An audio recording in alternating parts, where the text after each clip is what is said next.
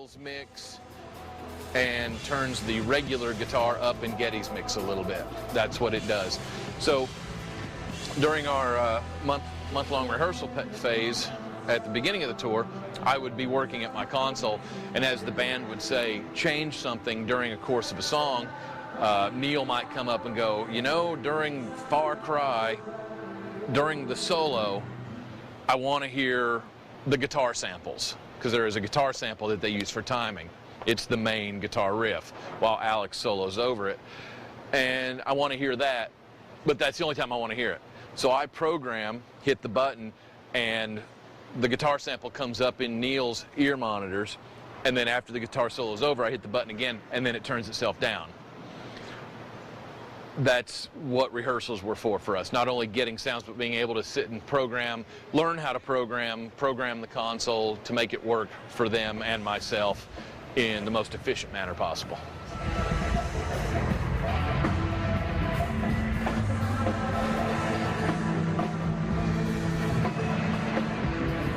During a sound check, the band will come out.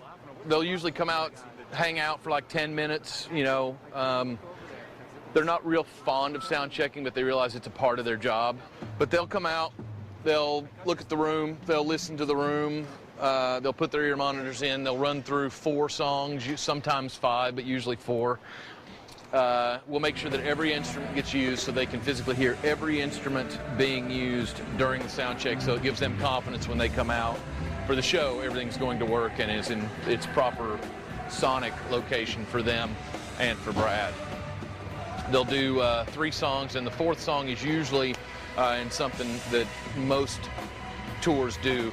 You'll finish with the first song of the night. Whatever the opening song is what you'll finish sound check with, so that way when they walk away from the stage, as close as it can be, the difference between hearing a 15,000 seat arena empty versus a 15,000 seat arena completely full of screaming people, it'll be as close as it can be. Just taking those variables out. Ever since I started doing this, I have 5 minutes of a mild panic right before the show starts. That somehow I've forgotten everything, and what I found I do is I'll spend a couple minutes before the show starts and close my eyes and in my mind mix the first song. Just sort of go through the motions of it.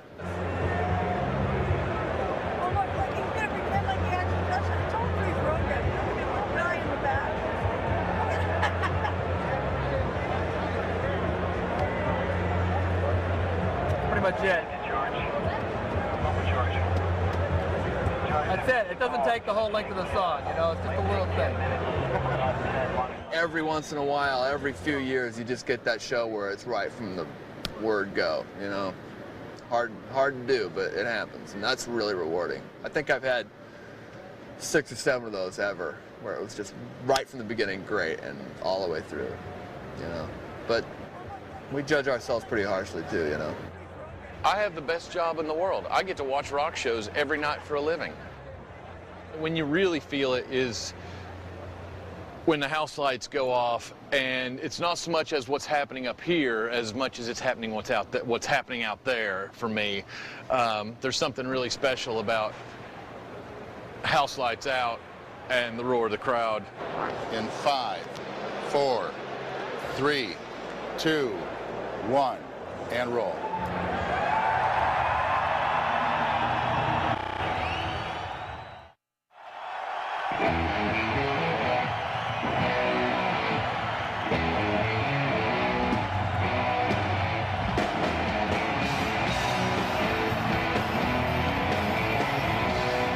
Anybody that's ever followed this band knows that their live show is really where they stand. I mean, their records are good, their records are very good, they write great songs, but this band is known as a live band, and they went way before my time when like Moving Pictures and 2112 and the earlier records.